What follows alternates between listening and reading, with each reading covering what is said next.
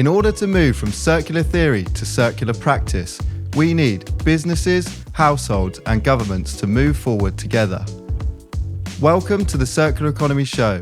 I'm your host Finn, and in this episode we'll be talking to an organisation who are playing a key role in making this happen.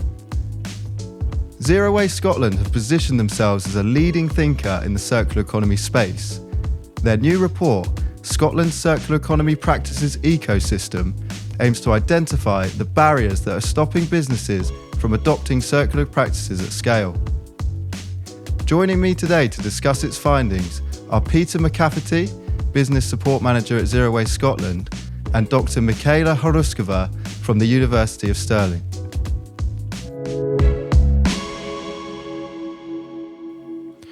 Welcome both, and thanks for joining me today. I'll start with you, Peter. Zero Waste Scotland sits as an intermediary between business and policy through their three-pillared system. Could you tell us what those three pillars are and how they're connected? Yeah, thanks, Finn. So we're an evidence-led organisation. So obviously the role of knowledge in that is essential. It's really important, and that can be knowledge in the sense of broadening and deepening our own kind of knowledge and expertise through engaging research and other types of projects to build that knowledge around the circular economy. But it's also about sharing and cascading that knowledge, facilitating understanding and greater participation and involvement. So as well as knowledge, we work across business and citizens, supporting them directly to implement that the principles and the theory of a circular economy. We're fortunate in Scotland that for a long time we've had a really supportive kind of regulatory framework that encourages a lot of this work. And at the same time, we've had a really bought-in community, which is great. It means that we've been able to kind of work from the top down and the bottom up to really drive the circular economy in Scotland. Great. And we know that there are a lot of innovative circular businesses out there, and as you say, supportive government policy too. So what would you say are the barriers that are currently holding those businesses back? Yeah, it's an interesting one. So in terms of our work, thinking specifically about business support, we've been working kind of coming back to that idea of top-down, bottom-up. It's been about creating supply and demand. So at an individual business level, we've seen a lot of really, strong successes. We've supported individual businesses to explore and innovate around circular business models, for example, new technologies and business practices. So at that business level, we've seen a lot of success, and there's pockets of that replicated kind of regionally and sectorally as well. But what we've not seen is that kind of organic scale and replication of that success. It's almost, we've not got to that kind of tipping point. So we started to think about why that was. Why are these kind of individually successful businesses struggling to gain traction in the market, and why are other businesses not kind of adopting these approaches? So it was almost like we're creating this little parallel economy. And obviously all businesses have the same struggles in terms of competition, uncertainty, risk, and access to investment and things like that. But it just felt as though when we were working with businesses to look at circular, there was always an extra hurdle. And kind of that got us to what we're going to talk about, more today in terms of the report, the ecosystem report. Because what we started to look at was actually, fundamentally the conditions in the economy are geared towards linear, and those circular businesses are struggling to get traction because they're not competing on a level playing field in terms of cost or value or perception of risk and all these kind of things. Yeah, I mean, so as you say there, the current economy is obviously hardwired and incentivized for linear activity. Just moving to you, Michaela, what could we do, thinking about the report now, what can we do to sort of tip the balance towards circular economy practices? Thank you for that question, Finn. That's a really important one. Well, I think I would like to first of all start by highlighting and reiterating some of the points that Peter just made in terms of the lessons learned from the report. I think there are really two key lessons learned that are worth highlighting and going into a little bit more detail. And the first key learning from the study that we did is the fundamental conflict between the linear and circular economies. it became very apparent that our entire economic system is designed for continuous growth, but this really isn't sustainable. We cannot be producing and consuming at the expense of our planet. So we need to shift our thinking away from the idea that selling and buying more is inherently good, and we need to look beyond purely growth-oriented metrics such as the GDP alone. And this then goes hand in hand with rethinking how we measure value and how we do pricing and how we price the cost of production and consumption. So in our current linear economic model, we don't really account for any of the environmental and social harms that we price into our products and services, which means that circular products that do account for externalities actually appear more expensive in comparison. But actually, it's not the circular products that are more expensive, it's the linear ones that are not priced correctly. And the second key learning then is the lack of understanding of what it means to be circular. Why is it important and why it's worth incorporating into our daily lives? And where we see this very apparent is with both businesses and consumers who are quite afraid of becoming more circular because they believe it's too risky and too expensive for them to try to adopt circular economy practices. And let's be frank, many of us still believe that brand new products are better and of greater quality than reused or repurposed ones. So there really is a big obstacle that we need to overcome in terms of our culture and our general perception of what a good quality product looks like. So the implication here really is that we cannot tip the balance towards circular economy practices only by addressing the supply side and developing the infrastructure without actually educating the demand side about the benefits of the circular economy. And we really need to demystify the perceptions around riskiness, cost, and low quality. And now I acknowledge that both of these will take significant time and effort, but we really have to start taking the steps today so we can reap the rewards later. Yeah, I mean, as you say there's kind of both sides to that. We need business action, but we also need to sort of help that knowledge gap.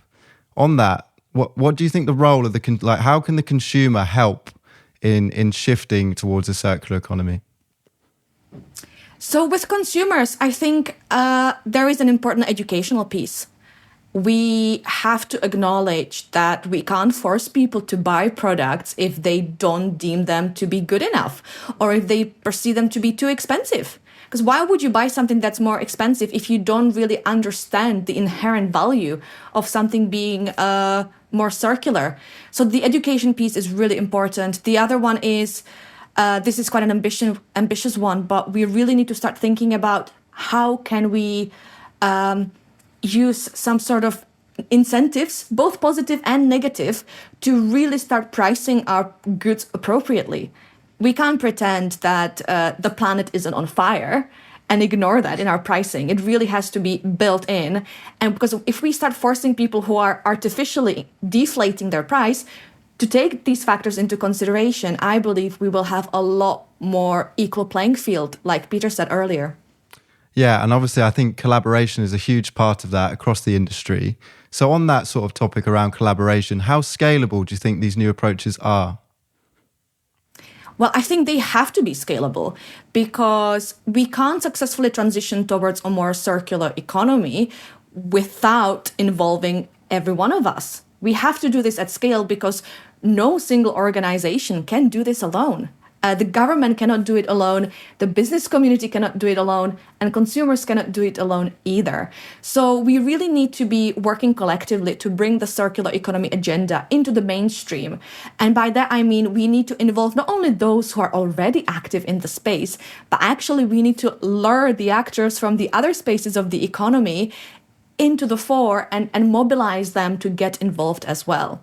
But the challenge here is that our study actually shows that we do not have particularly strong networks around circular economy at the moment. So perhaps one of the more tangible action points that we can make is bring role models into the spotlight and encourage them to share their journey, tell their stories, and inspire others to follow suit. So some quick wins here involve developing case studies of both success and failure, illustrating best practice in different sectors, and generally championing the adoption of circular economy practices across the board. So I suppose the point here is that we have to do all of this to share the message that it's not enough just for the select few to be adopting circular economy practices, but instead we all need to get behind this. We all have an important role to play. Great. And sort of building on that, Peter, what recommendations do you think that could be made to accelerate the transition to a circular economy in Scotland specifically? So I think Michaela touched on a lot of kind of specific things that we can work on in terms of building and creating those networks, and obviously the role and the importance of collaboration. But I think what comes through actually is the role of leadership and the importance of having a really kind of clear and a shared vision for a circular economy in Scotland. Everyone has to be bought into that vision. Everyone, I think, has to understand kind of the role that they can play in delivering that vision. And that's an important part of it too. I think it's recognising actually that obviously the scale of change is significant, but at an individual or a collective level, we can all do kind of incremental things that will add up in aggregate to that big impact. So yeah, that vision piece I think is really important. Again, coming back to the sort of ambition and the positives of the circular space in Scotland, the Circular Economy Bill, Scottish Government Circular Economy Bill gives us a really excellent framework to position a lot of specific activity and a lot of actions within. But ultimately, it's making sure that everyone is fully bought in and understanding why they're doing what they're doing and what the net benefit is going to be. Great. And then just finally, on the report, as we've spoken about the importance of leadership collaboration, what were the key sort of what were the learnings that you took away from the report? What perhaps didn't, what isn't looking so promising at the moment in the circular economy space? Well, that's a tough question. I'll maybe kind of let Michaela come back in on that one as well. But I think for me the big thing is the lack of those kind of networks, and it's a big opportunity. It's a positive thing as well. But we need to work much harder, I think, to build that kind of peer-to-peer support and get to a place where businesses are really supportive and encouraging other businesses to adopt circular practices. Great. And then Michaela, do you have anything to add on that one? Yeah, and to build on Peter's points, I think we have to acknowledge that our business community is facing an uphill battle, because they might be willing to be a little experimental, introduce some new practices, some new products, supply chains, and all of these important factors. But actually, if we don't acknowledge that, if you don't have demand, you don't have a customer base, then you can't survive. So I would say here that we have to collectively work on this together, look beyond just focusing on the business side. And I think we need a strong vision, like Peter said, to tie it all together. Because if we don't have a clear vision, we don't have a context for why what we're doing is really important, and that there is backing and there is a lot of buy-in from all the important players to make this happen.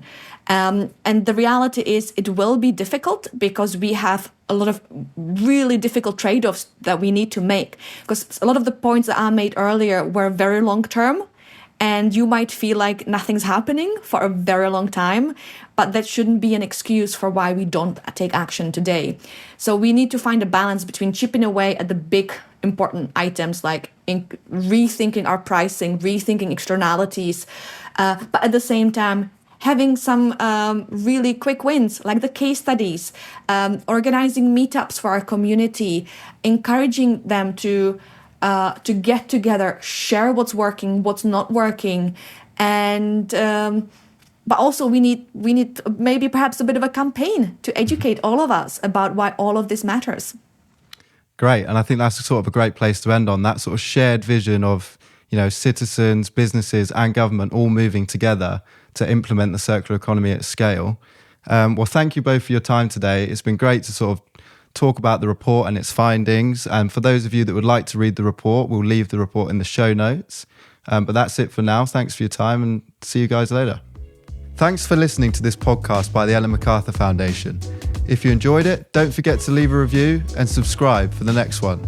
See you guys next time.